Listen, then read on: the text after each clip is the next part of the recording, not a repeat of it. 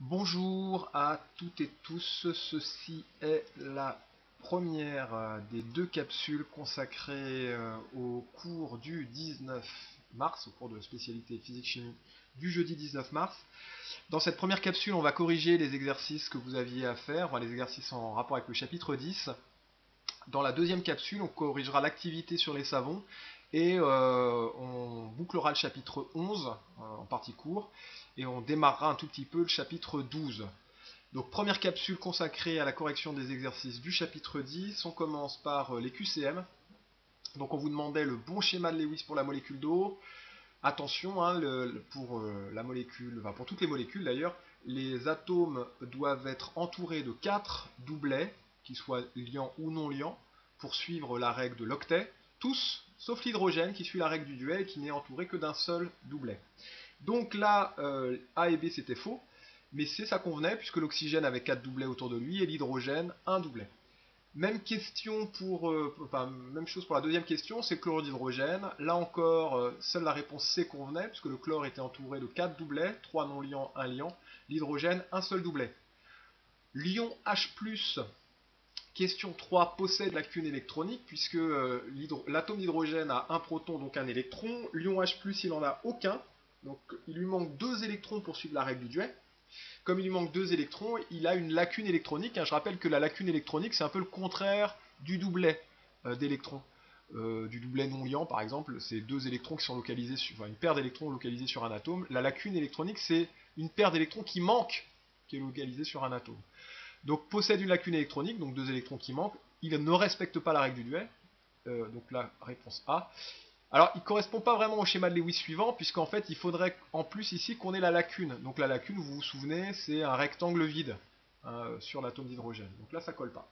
Donc si on récapitule, question 1, CCA. Alors, ce poly, vous l'avez sur le NT, et sur le NT, donc vous avez la correction ici qui vient. Donc, alors, question 2, enfin, exercice 2 plutôt. Donc vous avez le modèle moléculaire de la molécule de méthane. Donc on vous demande la géométrie. Donc VSEPR, hein, valence, shell, électron, paire, répulsion. Donc là, on a ici, enfin, vous devez connaître dans le chapitre 10, c'est ce que je projette là, c'est votre polyélève du chapitre 10, eh bien, vous devez connaître ce tableau. Quand vous avez le nombre de liaisons plus le nombre de doublets non liants qui est égal à 4, vous avez ces trois géométries possibles. Tétraédrique si vous avez 4 liaisons, euh, bah, pyramidale à base triangulaire si vous avez 3 liaisons et un doublet non liant, coudé si vous avez 2 liaisons et 2 doublets non liants. Si la somme des liaisons plus doublet non liant ça fait 3, eh bien vous aurez ces deux géométries, et si ça fait 2, vous aurez cette géométrie linéaire seulement. Donc tableau à connaître parce qu'autrement vous ne pouvez pas répondre aux questions. Donc là, ici, on a somme des liaisons et des doublets non liants qui est égale à 4 avec aucun doublet non liant. Donc c'est tétraédrique, réponse C. Là, pour la molécule d'eau, là encore, somme des liaisons plus doublet non liant, ça nous fait 4, mais avec deux doublets non liants, donc la molécule sera coudée, réponse A. La géométrie d'une molécule, ça dépend de quoi? Non pas de la répulsion entre les atomes, mais de la répulsion entre les doublets d'électrons, entre les paires d'électrons, entre les doublets liants et non liants, puisque les électrons sont des particules chargées négativement, donc des doublets d'électrons se repoussent. Et donc, en fait, il faut que la répulsion soit minimisée au maximum. Donc, il faut que les paires d'électrons soient le plus éloignées possible les unes des autres. Et c'est ça qui impose la géométrie des molécules. Enfin, exercice 3, enfin pour le QCM, hein, l'électronégativité d'un atome est la capacité qu'il a à attirer à lui les électrons du doublet liant, de la liaison dans laquelle il est engagé. Donc c'était la réponse B. Pour la question 2, l'atome d'oxygène est plus électronégatif que l'atome d'hydrogène. Alors, dans ces cas-là, on dit que la liaison, elle est polarisée. Donc, réponse A. On ne dit pas trop que la liaison est polaire. Polaire, on garde le terme pour les molécules. On dit qu'une molécule est polaire ou apolaire. On ne dit pas que la liaison est polaire. Alors après, c'est pas non plus une énorme erreur de dire ça, c'est un problème de vocabulaire, on manque un peu de précision, mais on dit que la liaison est polarisée et que la molécule serait polaire. Et donc là, la réponse B, on ne va pas la garder. Et par contre, on garde la réponse C, l'atome d'oxygène va porter une charge partielle négative, puisqu'il est plus électronégatif que l'atome d'hydrogène, qui lui porterait une charge partielle positive.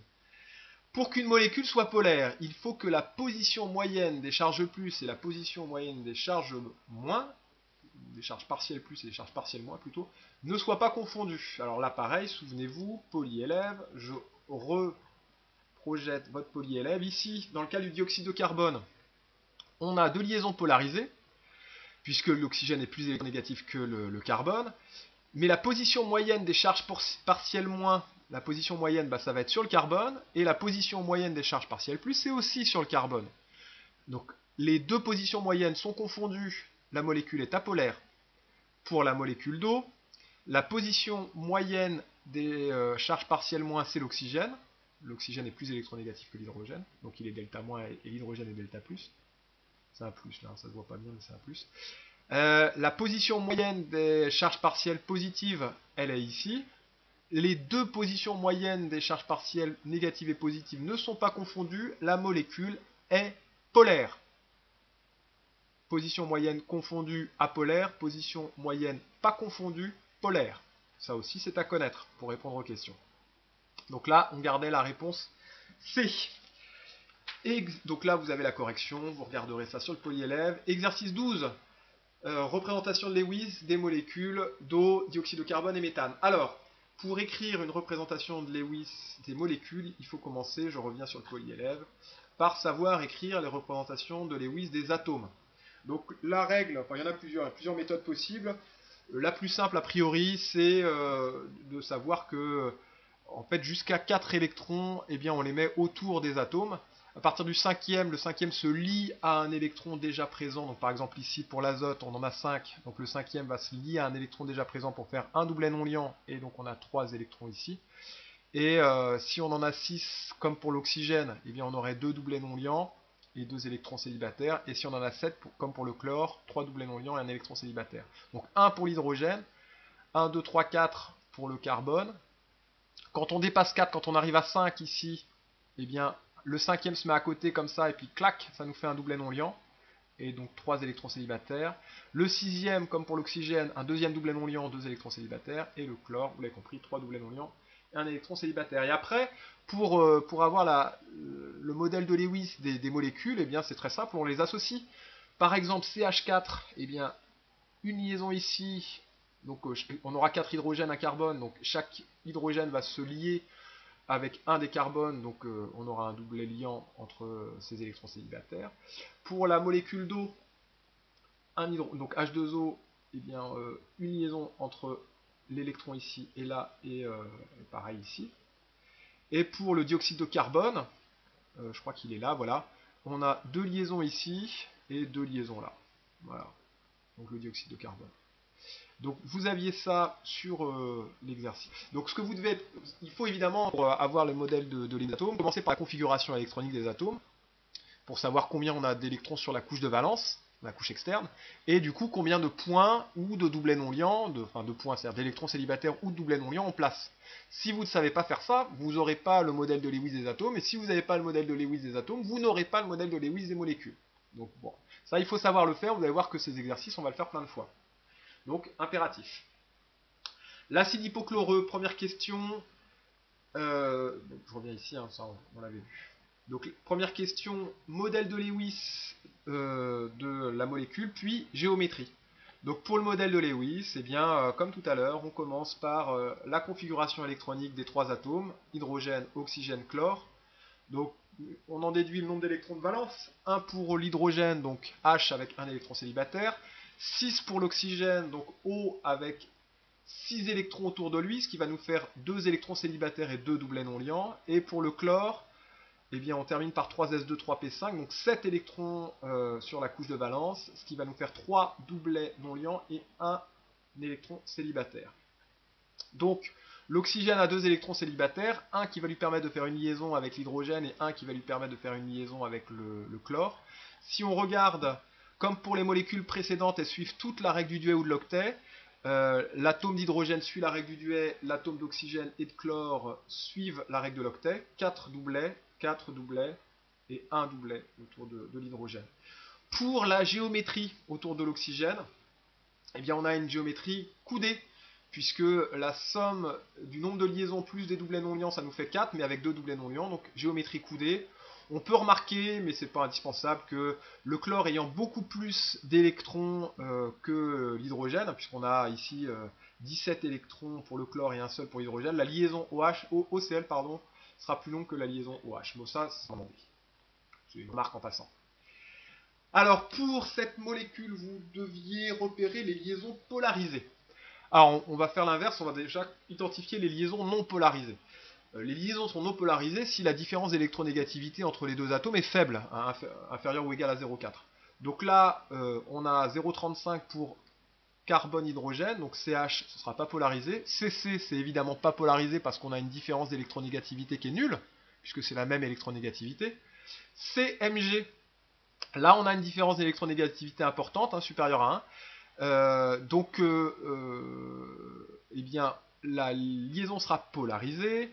Le carbone est plus électronégatif, donc il sera delta-, le magnésium delta+. Et pour MgBr, là encore, polarisé. Le brome est plus électronégatif que le magnésium, donc le brome sera delta- et le magnésium delta+. Donc deux liaisons polarisées, CMG et MgBr. Le 17, il fallait identifier les solvants, identifier la polarité des solvants, savoir si on avait affaire à des solvants polaires. Le plus facile, c'est le cyclohexane, puisqu'on vient de le dire. Les liaisons CH et CC ne sont pas polarisées du fait de la faible différence d'électronégativité entre carbone et hydrogène et de la différence d'électronégativité nulle entre C et C, forcément. Donc là, comme on n'a que des liaisons non polarisées, la molécule elle est apolaire. Pour le dichlorométhane, eh bien, on a deux liaisons non polarisées, CH, différence d'électronégativité faible. On a deux liaisons polarisées, CCl. C'est polarisé parce que la différence d'électronégativité entre le carbone et le supérieure à 0,4. Elle vaut à peu près 0,6 ici. Donc là, le chlore est plus électronégatif, il sera delta-, carbone plus électronégatif, donc delta-, moins électronégatif, donc delta+. Le barycentre, ou plutôt la position moyenne des charges positives, sera sur le carbone ici. La position moyenne des charges négatives sera au milieu des deux chlores, donc par là. Les deux positions moyennes des charges positives et négatives ne sont pas confondues, la molécule est polaire.